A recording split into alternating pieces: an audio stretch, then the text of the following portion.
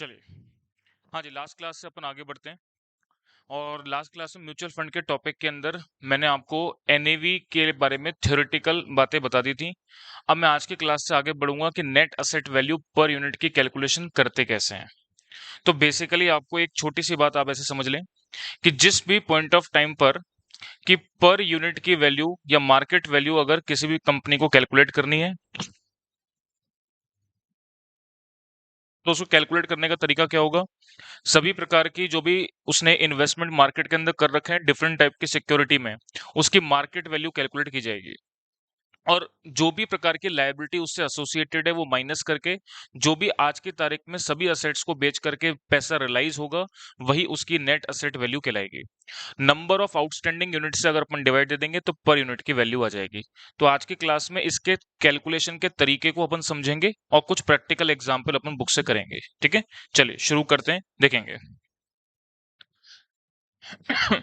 तो आप लिखेंगे calculation of net asset value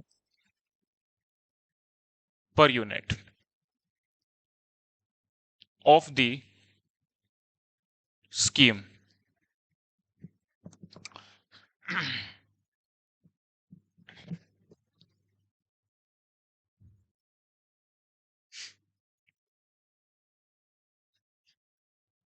हाँ जी,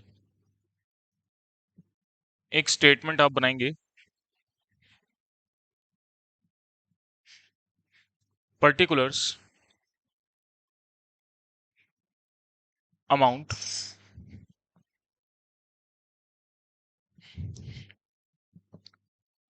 सबसे पहले आप लिखेंगे क्लोजिंग कैश बैलेंस अवेलेबल।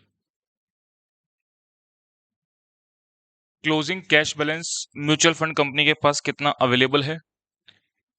इसके अलावा sale of mutual funds, mutual funds कितने सेल कर दिए, कितना पैसा उससे रिसीव हुआ। कोई भी प्रकार के इन्वेस्टमेंट के ऊपर अगर डिविडेंड रिसीव्ड होता है तो उसको ऐड कर लेंगे।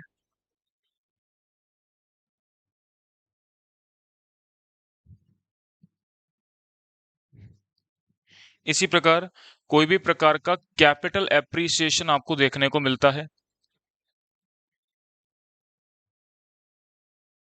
तो उस पार्ट को आप ऐड कर लेंगे। कैपिटल एप्रिसिएशन का मतलब क्या होता है। जैसे एक टाइम पीरियड लिया मैंने 1 साल का। स्टार्टिंग में एक शेयर की प्राइस 100 रुपए थी और 1 साल के बाद एक शेयर की प्राइस 110 रुपए हो गई। तो शेयर की प्राइस में कैपिटल एप्रिसिएशन कितना आ गया, 10 रुपए का। तो 10 रुपए का भी एक प्रकार से बेनिफिट है इन्वेस्टर के लिए। तो वो कैपिटल एप्रिसिएशन के पार्ट को आपको यहाँ पर ऐड करना है। नेक्स्ट, कोई भी अक्रूड इनकम है, डिविडेंड के रूप में बेसिकली होती है, कमा तो ली पर आपको रिसीव नहीं हुई है। इसके अलावा कोई भी अदर रिसीवेबल्स आपको अगर दे रखे हैं तो उन सभी को आपको जोड़ लेना है और क्लोजिंग कैश बैलेंस में जोड़ देंगे।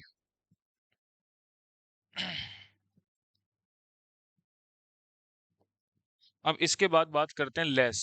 लेस किसको करना है, तो मैं बात करता हूं कुछ पेबल्स के बारे में। तो इसमें कोई भी प्रकार की पेबल्स में कोई अदर लाइबिलिटी आपको दे रखी है, स्पेसिफाइड मैं नहीं कर रहा।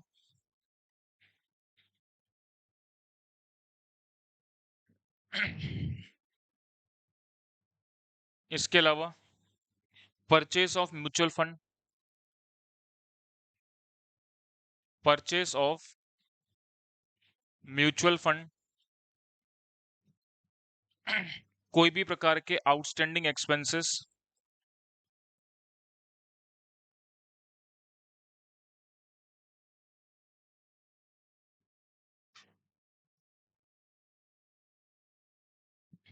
इसके अलावा डिविडेंड या इंटरेस्ट पेड,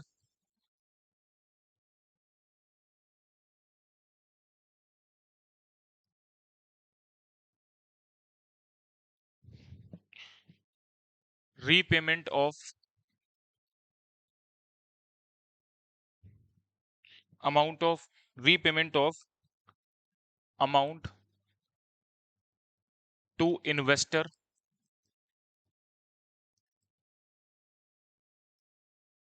इन सभी पार्ट को आप क्या करेंगे, लेस कर देंगे। तो ये आपको मिल जाएगी net asset value of the scheme.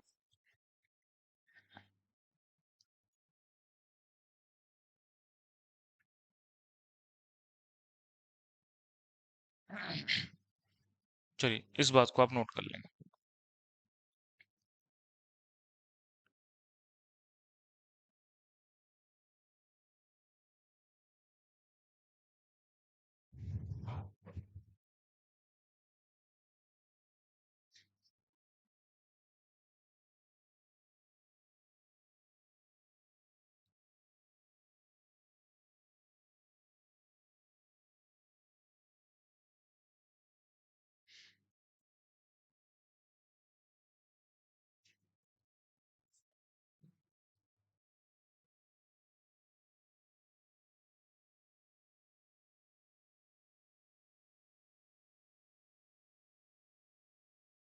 चलिए यहाँ तक की बात नोट कर ली। अब इसके बाद आगे नोट डाल करके लिखेंगे कुछ बात।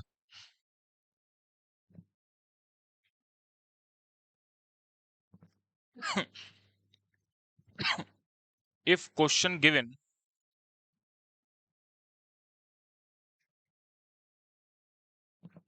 information about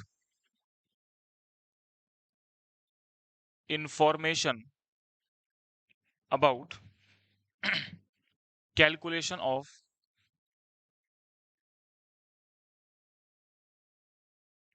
closing NAV, net asset value, then calculation as follows।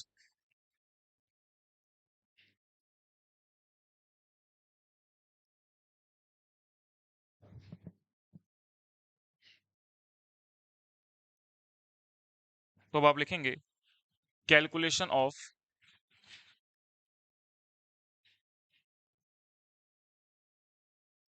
Closing NAV means net asset value आपको निकालनी है।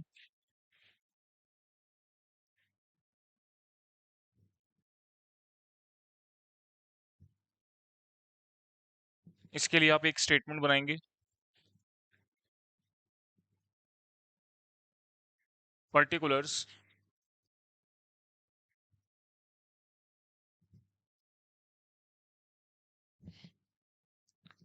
Opening net asset value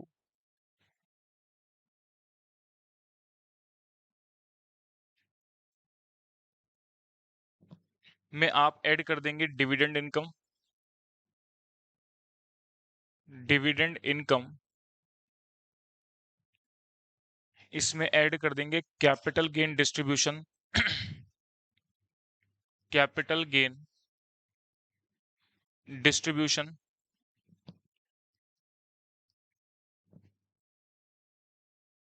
next आप इसमें ऐड करेंगे कैपिटल एप्रिसिएशन।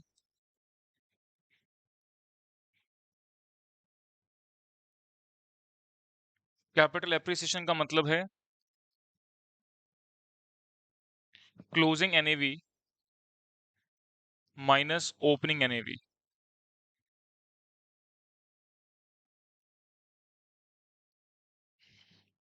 और एक चीज और आप ऐड करेंगे, सेल ऑफ म्यूचुअल फंड।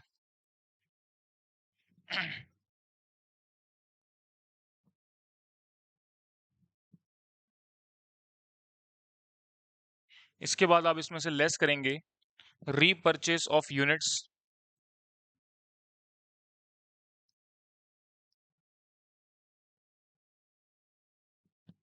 और डिविडेंड डिस्ट्रीब्यूशन।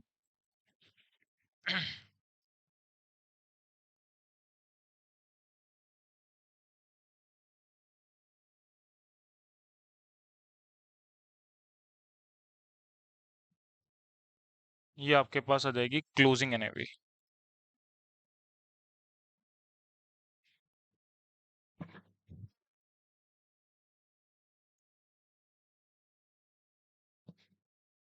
चलिए अब मैं आपको कुछ क्वेश्चंस कराऊंगा प्रैक्टिकली, उसके साथ मैं आपको सारी बातें समझाऊंगा।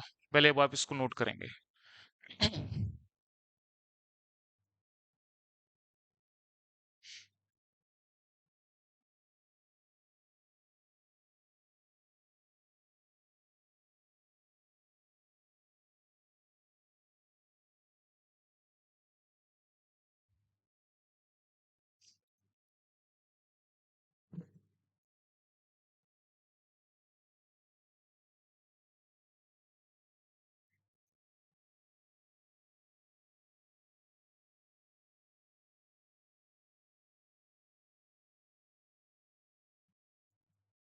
हाँ जी, ये दूसरा स्टेटमेंट मैंने क्या बताया इसको एक बार समझ लेते हैं, बिल्कुल सिंपल बात मैंने बोली।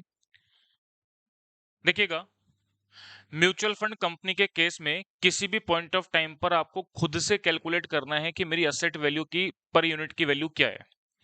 तो ओपनिंग एनएवी का मतलब ये हो गया, जब भी आपने यूनिट्स परचेज किए होंगे किसी भी पॉइंट ऑफ टाइम पर, उतने कितने पे परचेज किए थे वो ओपनिंग एनएवी कहलाएगी।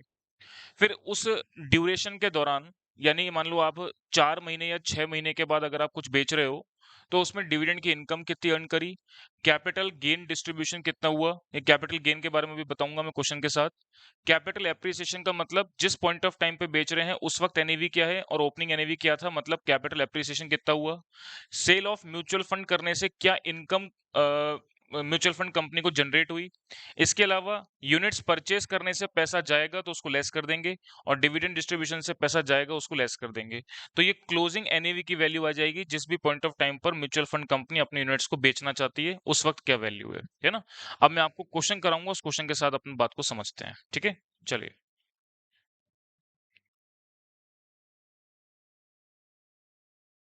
कैप क्लोजिंग एनएवी और कैपिटल एप्रिसिएशन का मतलब तो आप ये समझो कि अगर मान लो स्टार्टिंग में इन्वेस्टमेंट किया 10 रुपए की वैल्यू चल रही है, फिर 15 रुपए की वैल्यू हो गई, तो 5 रुपए तो मैंने कमा लिए।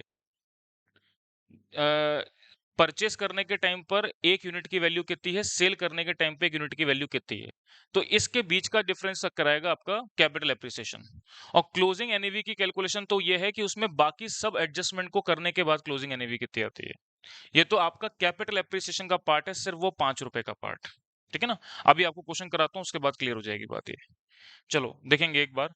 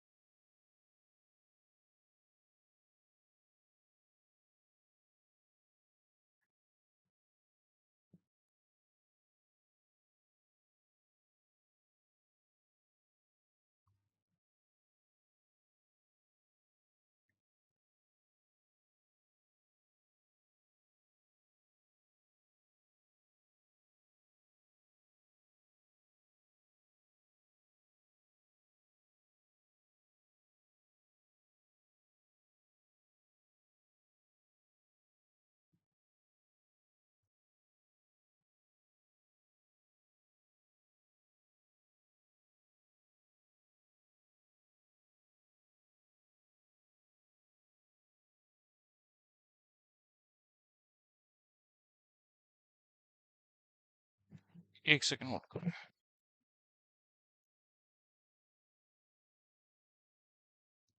देखिएगा, हाँ जी, मैं क्वेश्चन स्टार्ट कर रहा हूँ। सबसे पहले क्वेश्चन नंबर 1 से देखिएगा। अभी तो एक बार मैं आपको इंस्टीट्यूट के स्टडी मटेरियल से क्वेश्चन करा रहा हूँ, क्योंकि इस मॉड्यूल के अंदर क्वेश्चन जो है वो सिस्टमेटिक वे में अरेंज नहीं है। मैं आपको एक फाइल दूंगा अभी थोड़े टाइम के बाद, फिर उसके साथ में सिस्टमेटिक जो कॉन्सेप्ट पढ़ाता जाऊंगा उसके साथ मैंने अरेंज कर रखे हैं क्वेश्चन, उसके साथ अपन चालू करेंगे। एक बार मॉड्यूल से चालू कर रहे हैं। देखिएगा, बोलते हैं साहब calculate the NAV of the excellent fund from the following data, आपको कैलकुलेट करना है। साइज ऑफ द फंड जो है वो 300 करोड़ का है। फेस वैल्यू आपको दे रखी है 10 रुपए पर यूनिट की। मार्केट वैल्यू ऑफ इन्वेस्टमेंट है 360 करोड़। रिसीवेबल्स आपको दे रखे हैं 6 करोड़। अक्रूड इनकम दे रखी है 4 करोड़। लायबिलिटी दे रखी है 2 करोड़। एंड अक्रूड एक्सपेंसेस दे रखे हैं 1 करोड़ के। बहुत ही सिंपल सी कैलकुलेशन है, यहीं पे मैं बात को समझा रहा हूँ क्या बात बोली गई है। देखिए, size of the fund 300 crore का इन्वेस्टमेंट था। अगर उसकी मार्केट वैल्यू किसी भी पॉइंट ऑफ टाइम पे देखते हैं तो 360 करोड़ की मार्केट वैल्यू है। इसके अलावा इस इन्वेस्टमेंट से रिलेटेड कोई भी प्रकार के रिसीवेबल, चाहे वो डिविडेंड इनकम के रिगार्डिंग हो या कोई भी इंटरेस्ट इनकम के रिगार्डिंग हो, वो 6 करोड़ के रिसीवेबल्स आपको दे रखे हैं तो वो जोड़ लिए। कोई भी अक्रूड इनकम के तौर पे 4 करोड़ दे रखा है तो इसका मतलब कमा तो ली पर रिसीव नहीं हुई 4 करोड़ की इनकम। लायबिलिटी 2 करोड़ की है और अक्रूड एक्सपेंसेस 1 करोड़ के हैं तो वो लेस कर दिए। तो आज की तारीख पे नेट असेट की वैल्यू कितनी आ गई? 360 करोड़ की आ गई। जब इन्वेस्टमेंट किया था तब 300 करोड़ की वैल्यू थी और 1 यूनिट की वैल्यू जो है 10 रुपए की है। तो कितने नंबर ऑफ यूनिट्स हो गए? तो आप बोलेंगे 30 करोड़ के यूनिट्स हो गए। तो मैंने 367 करोड़ की जो वैल्यू थी उसको 30 करोड़ से मैंने अगर डिवाइड दिया तो वैल्यू पर यूनिट निकल करके आ गई। क्या आपको मेरी बात समझ में आ रही है? बिल्कुल सिंपल कैलकुलेशन की बात है, ठीक है ना? अब मैं आपको थोड़े से डिफरेंट टाइप के कैलकुलेशंस बताऊंगा, तो एक बार थोड़ा सा होल्ड करके आप आएंगे थोड़ा सा आगे। देखें एक बार।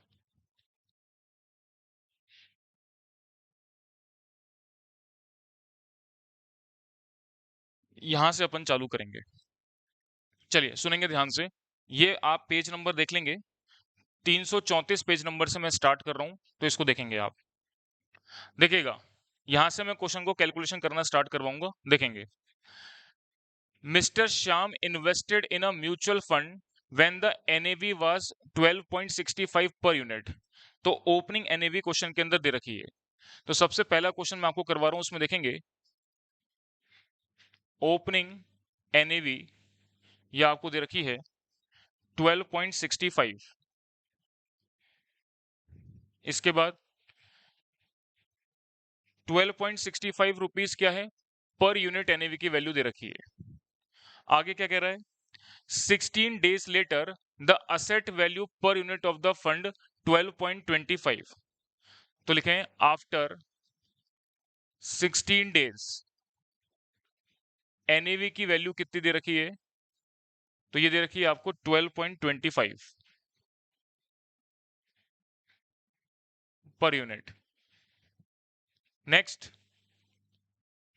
in the meantime, Shyam had received a cash dividend of rupees 50 and capital gain distribution 0.30। तो एक तो आपको कैश डिविडेंड मिल रहा है और एक आपको दे रखा है कैपिटल गेन डिस्ट्रीब्यूशन।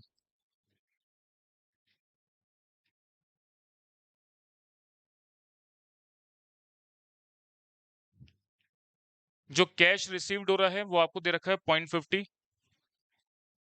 और कैपिटल गेन डिस्ट्रीब्यूशन आपको दे रखा है कितना? 0.30। सवाल में पूछा जा रहा है कंप्यूट द मंथली रिटर्न निकाल करके बताओ।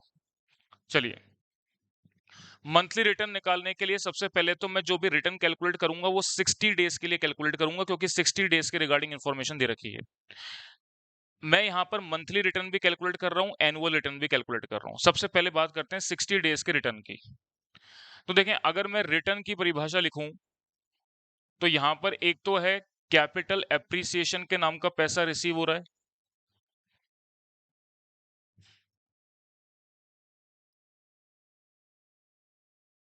एक आपको कैश डिविडेंड मिल रहा है और एक आपको कैपिटल गेन डिस्ट्रीब्यूशन मिल रहा है।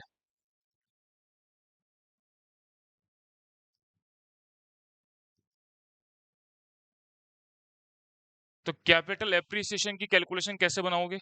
क्लोजिंग एनएवी में से ओपनिंग एनएवी माइनस करके, मींस 12.25 में से आप माइनस करेंगे 12.65।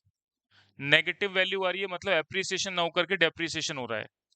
इसके अलावा कैश डिविडेंड कितना मिल रहा है? 0.50 और कैपिटल गेन डिस्ट्रीब्यूशन कितना मिल रहा है? 0.30। तो ये लेस करके बताएं कितना आ रहा है ये? कितना? 0.40 प्लस 0.50 और प्लस 0.30। तो 0.80 में से 0.40 माइनस करोगे तो रिटर्न कितना हो गया? 0.40 का। ये रिटर्न जो है वो पर यूनिट की इंफॉर्मेशन आपको दे रखी है।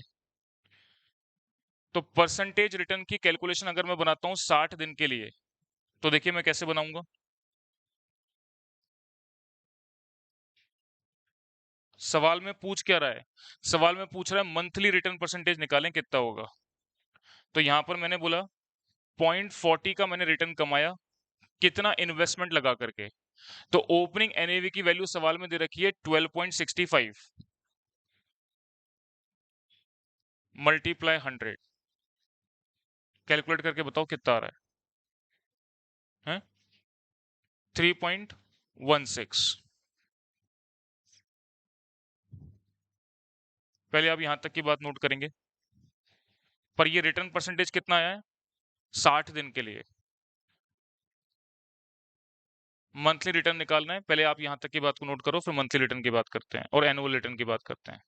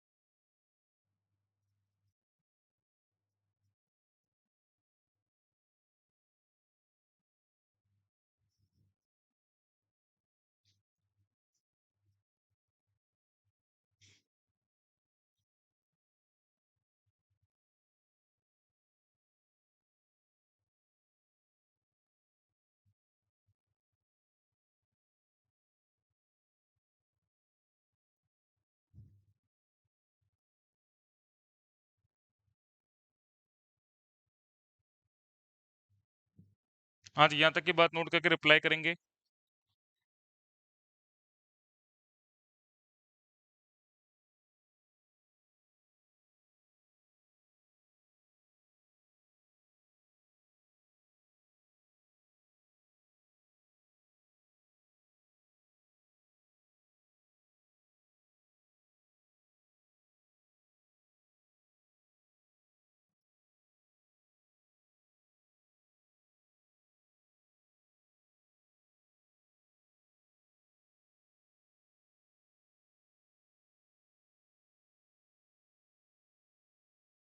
चलिए अब आगे की बात देखना। ये जो रिटर्न परसेंटेज कैलकुलेट किया है, ये कितने पीरियड के लिए किया है मैंने? तो आप बोलेंगे कि ओपनिंग एनएवी दे रखी है और 60 दिन के बाद की क्लोजिंग एनएवी दे रखी है, मतलब ये 60 डेज का रिटर्न आपको दे रखा है। तो अगर मैं यहां से एनुअलाइज रेट की कैलकुलेशन बनाता हूं, एनुअलाइज्ड रेट ऑफ रिटर्न की कैलकुलेशन में बनाता हूं, तो ये आप क्या बोलेंगे कि ये 3.16% का रिटर्न जो है वो 60 दिन के बराबर है। तो 365 दिन का रिटर्न कितना होगा? 19.22। ये आपके पास पर एनम रिटर्न आ गया। और मंथली रिटर्न आपको कैलकुलेट करना है, तो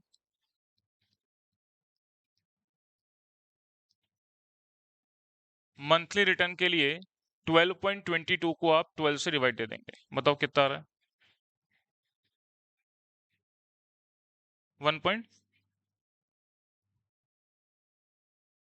1.60।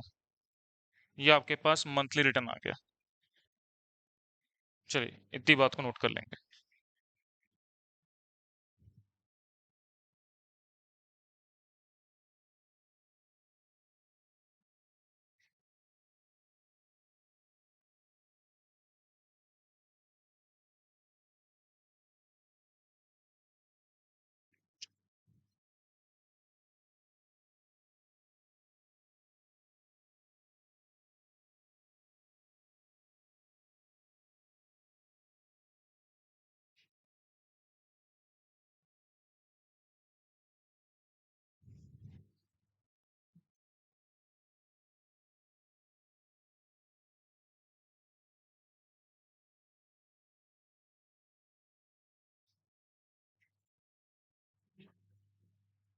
एक बार बुक देना।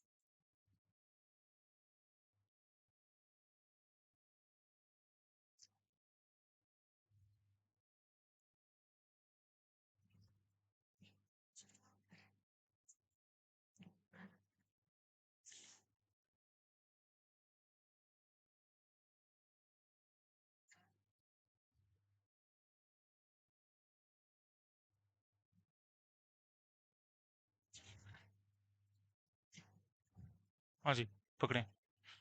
चलिए, यहाँ तक की बात नोट कर ली क्या अपन ने? अब आगे की बात देखेंगे। अब ये जो क्वेश्चन है ना, इसका कॉन्सेप्ट मैंने आपको नहीं पढ़ा रखा है, केवल मैं उन क्वेश्चंस को करवा रहा हूँ अब तक जो बात मैंने बताई है। तो जो-जो मैं क्वेश्चन करवाता जा रहा हूँ, एक बार आप टिक करते जाओ, फिर मैं सीक्वेंस वाइज़ जो टॉपिक पढ़ाता जाऊँगा, उसके अकॉर्डिंगली अरेंज करके आपको अगली क्लास में करवाऊँगा मैं ना। तो अब आप नेक्स्ट क्वेश्चन आप जो है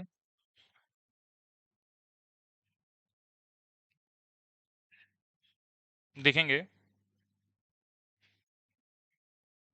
ये आपका है पेज नंबर 314 पर क्वेश्चन नंबर 2। हाँ जी, देखेंगे अब क्वेश्चन नंबर 2, पेज नंबर मैं आपको बता रहा हूँ ये 314। नेक्स्ट क्लास में मैं जब आपको पीडीएफ फाइल लेकर के आऊंगा, उस पीडीएफ फाइल के अंदर क्या होगा, हर क्वेश्चन सीक्वेंस वाइज अरेंज होगा नए मॉड्यूल के हिसाब से, और जैसे जैसे मैं कॉन्सेप्ट पढ़ाता जाऊंगा उसके अकॉर्डिंगली। ठीक है ना? चलिए, लास्ट मॉड्यूल में क्या होता था कि वो सारे क्वेश्चन तो जो पुराने स्टडी मटेरियल के वो तो है ही, कुछ नए क्वेश्चन भी जुड़े हुए हैं, पर क्वेश्चन का जो सीक्वेंस है वो चेंज हो गया। तो सीक्वेंस जो होना चाहिए वैसा नहीं है। तो मैं अगली क्लास के अंदर जब क्वेश्चन की फाइल लेकर के आऊंगा, आपके सामने जो फाइल मैं ओपन करूंगा, होंगे तो सारे मॉड्यूल के क्वेश्चन पर सीक्वेंस वाइज अरेंज होंगे, अकॉर्डिंगली अपन करेंगे। चलिए देखेंगे अब एक क्वेश्चन नंबर 2 मैं आपको करवा रहा हूं, उसको समझना क्या बात बोल रहे हैं। A mutual fund has a net asset value of rupees 50 at the beginning of the year. During the year, a sum of rupees 4 was distributed as income, besides rupees 3 as capital gain distribution. At the end of the year, NAV हो गई 55। तो बड़ी simple सी बात, 50 रुपए की opening NAV थी, साल के एंड पे क्लोजिंग एनएवी हो गई 55। मतलब मैंने 5 रुपए कैपिटल एप्रिसिएशन के नाम के कमाए। इसके अलावा इस इन्वेस्टमेंट के ऊपर मुझे डिविडेंड की इनकम हो गई 4 रुपए की, और कैपिटल गेन डिस्ट्रीब्यूशन हो गया 3 रुपए का। कैलकुलेट करना है total return for the year. सबसे पहले तो यहां तक की बात को कैलकुलेट करते हैं, आगे की बात बाद में देखेंगे। तो देखेंगे, लिखेंगे कैलकुलेशन ऑफ, किस चीज की कैलकुलेशन आपको बनानी है, रिटर्न फॉर द ईयर कितना कमाया। Calculation of return for the year, पूरे साल भर आपने क्या रिटर्न परसेंटेज कैलकुलेट करना है, कितना कमाया है। तो उसके लिए इंफॉर्मेशन क्या गिवन है,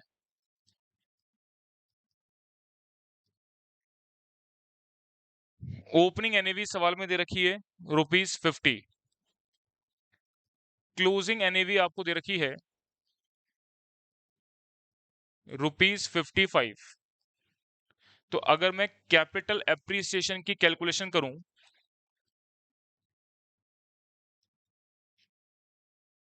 तो आप इसको निकाल लेंगे, closing NAV less opening NAV. Closing NAV आपको दे रखी है 55 रुपए, ओपनिंग एनएवी दे रखी है 50 रुपए, कैपिटल एप्रिसिएशन की वैल्यू हो गई 5 रुपए। इसके अलावा इंफॉर्मेशन दे रखी है डिविडेंड इनकम और कैपिटल गेन डिस्ट्रीब्यूशन। तो एक तो मैंने बात करी डिविडेंड इनकम की, जो कि इंफॉर्मेशन दे रखी है 4 रुपए, और कैपिटल गेन डिस्ट्रीब्यूशन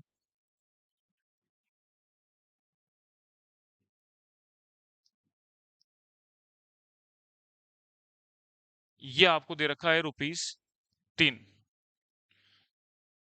तो देखिएगा, रिटर्न परसेंटेज अगर कैलकुलेट करते हैं, तो मैंने इसमें जोड़ दिया कैपिटल एप्रिसिएशन। बात कैलकुलेट करना तो बड़ी सिंपल सी है, पर प्रेजेंटेशन आपको ऐसे रखनी है जैसे मैं बता रहा हूं, capital appreciation plus capital gain distribution और plus dividend income.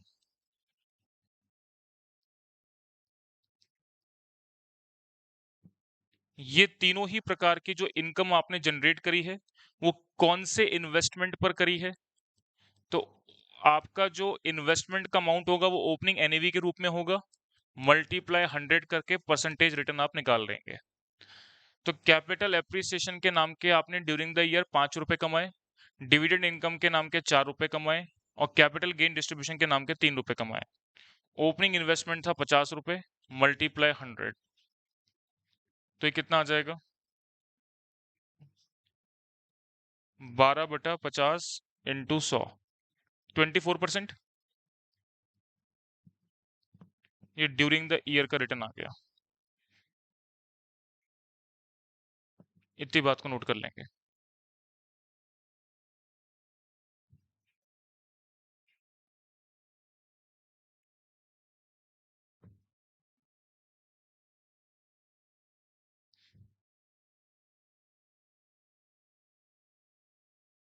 Capital gain distribution का मतलब कि ऐसे समझो आप, कैपिटल गेन कंपनी ने कोई बड़े इन्वेस्टमेंट को मार्केट वैल्यू से ज्यादा पर बेच दिया, तो उसका कैपिटल गेन जो हुआ उसके ऊपर कुछ परसेंटेज रिटर्न वो इन्वेस्टर्स को अपने प्रोवाइड करती है।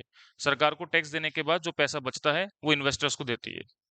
कैपिटल गेन डिस्ट्रीब्यूशन आप इस तरीके से समझ सकते हैं इसको। ठीक है, चलिए इतनी बात को नोट कर लेंगे, आगे की बात समझते हैं। अब देखिए सेकंड कैलकुलेशन आपसे क्या बात कर रही है, आगे मैं पढ़ रहा हूं, उस बात को समझना। Suppose the aforesaid mutual fund in the next year declare a dividend of ₹5 as income distribution and no capital gain distribution, and NAV at the end of the second year was ₹50. What is the return for the second year के लिए कितना होगा? तो return percentage की calculation second year के लिए निकालनी है। तो सेकंड कैलकुलेशन में बात कर रहा हूं, calculation of return percentage for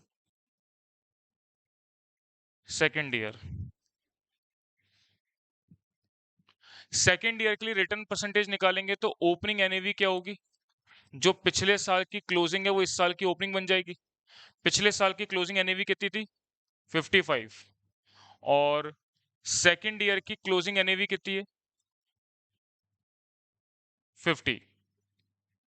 इस सवाल में बोला गया है कि क्लोजिंग एनएवी आपके सेकेंड ईयर के अंत पे कितनी है? 50। इसके अलावा डिविडेंड इनकम दे रखी है ₹5।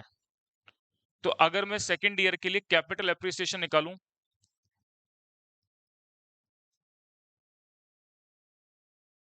तो कैपिटल एप्रिसिएशन के लिए आप बोलेंगे ₹50 में से आपने 55 माइनस किए, तो ये आपके पास नेगेटिव बैलेंस आ रहा है ₹5 का। और सेकंड ईयर की जो डिविडेंड इनकम है, सेकंड ईयर की डिविडेंड इनकम है वो आपको दे रखी है ₹5। तो अगर केवल सेकंड ईयर के लिए रिटर्न परसेंटेज निकाला जाए,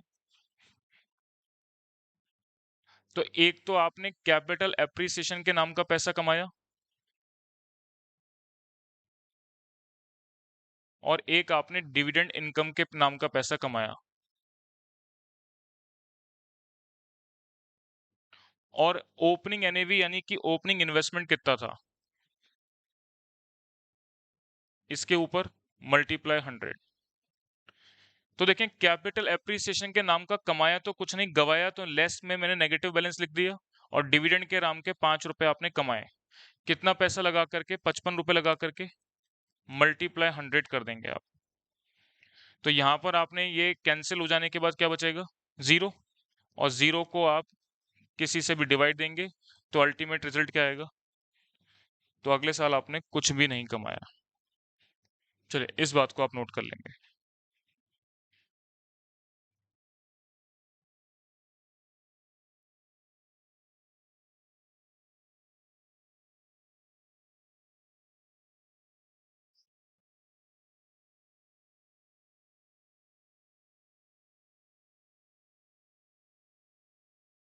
चलिए यहां तक की बात नोट करी क्या आपने? अब नेक्स्ट क्लास के अंदर मैं इसकी एक फाइल बना करके आपके सामने लाऊंगा, फिर अपन आगे का काम स्टार्ट करेंगे, है ना? एक बार आज की क्लास में इतना रख रहा हूँ।